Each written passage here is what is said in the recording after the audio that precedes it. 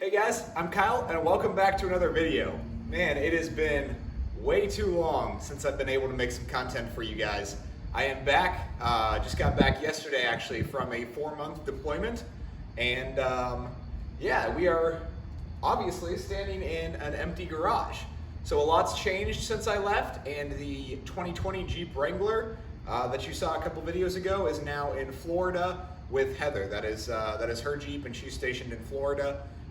So I will not be able to do any work on that in the garage. So I was in need of a new garage project, and I really wanted something that I could just kind of go crazy with, front bumper to rear bumper and everything in between. I was looking for something cheap, something that would be I would be able to do a lot of projects with, and something that I wouldn't care too much about if I take it out on the trails, if it got scratched up or dinged up on the trails. I wanted something that was just a fun, cheap little project car. So what kind of vehicle did I just describe? Well, if you clicked on the title of this video, you already know. So let's get to it. Let's get it in the garage. All right, so let me introduce you to Port Call. Port Call is a 1997 Jeep Cherokee Sport, and the meaning behind the name, how she got the name Port Call, is on this last deployment. Because of COVID, we were not allowed to get off the ship in any of the foreign ports that we pulled into. So we pulled into a couple different ports in Brazil, and then one in Uruguay, Puerto Rico, and Guantanamo Bay.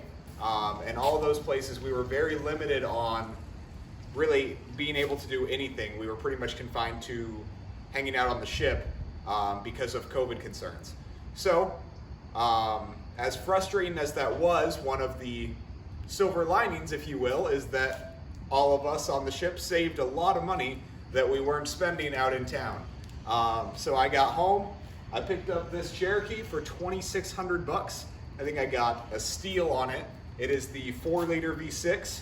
It's 4-wheel drive. It runs great. I actually drove it an hour and a half home from the guy's house where I bought it, and I could not be more excited for this project.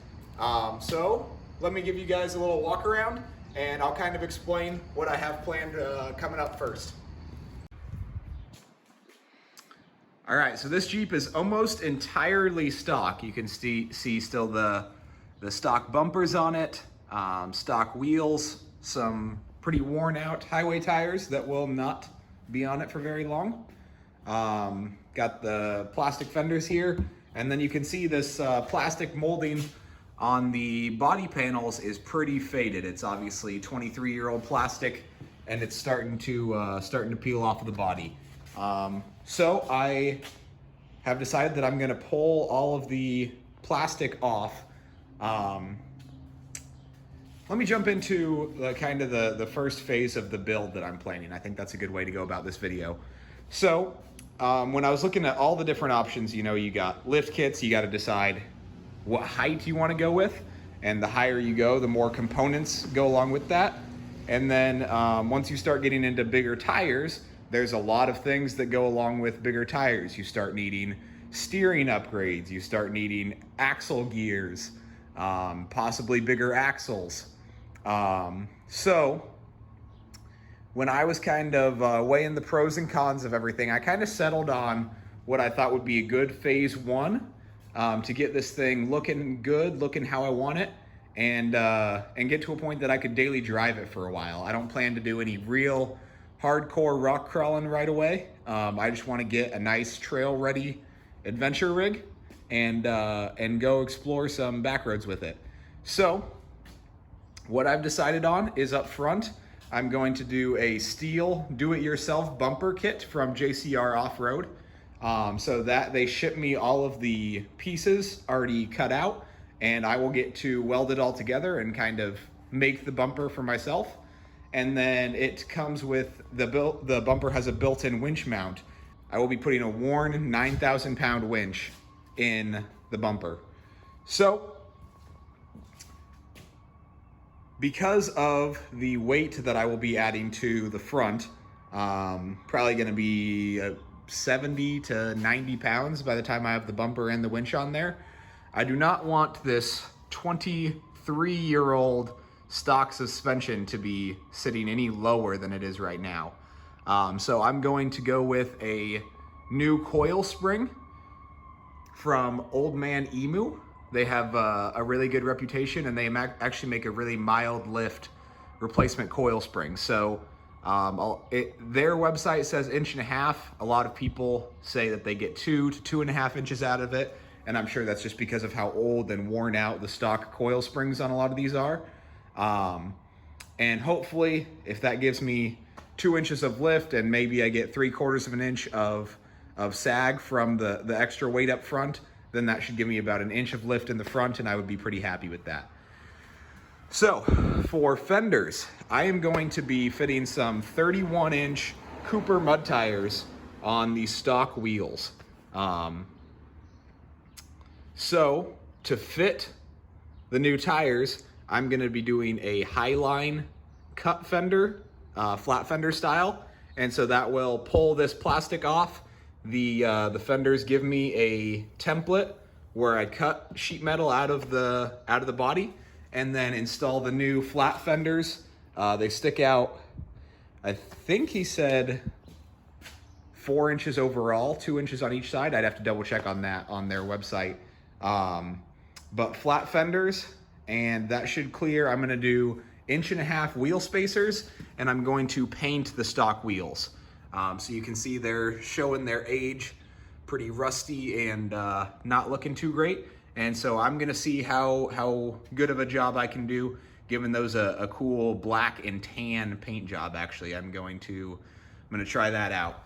That's kind of the idea behind this project, is keep it, I don't know, budget friendly is a word that probably doesn't belong in the same sentence with Jeeps, because man, these projects add up in cost. But save some money there, not buying new wheels yet, and seeing if I can get a good paint job on the stock ones. So we got fenders, we got front suspension, we got 31-inch mud tires, and that should let me get by without re-gearing. So keeping the tires small enough that I shouldn't need new axle gears yet. Then on the side, I think I'm actually going to do, to replace these worn out plastic pieces, I think I'm actually gonna do a two-tone paint job and try a tan bed liner from this, this crease right here under that plastic down. So part of the reason that I'm doing that is for rocker protection. I'm going to do a rock slider concept that I saw on Bleepin' Jeep's website, where I'm actually gonna come in and cut this whole bottom section of sheet metal out of the rocker and replace it with a 2x6 or 2x8 rectangular steel tube.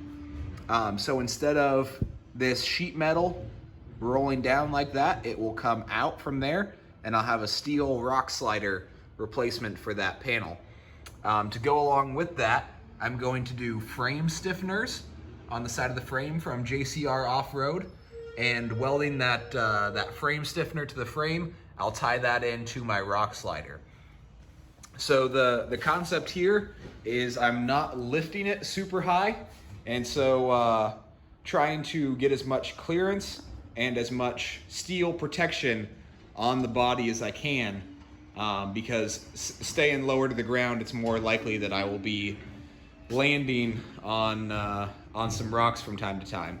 So in the rear, again, just doing the high flat fenders, cutting for clearance, 31-inch mud tire, and we're leaving the rear suspension for now.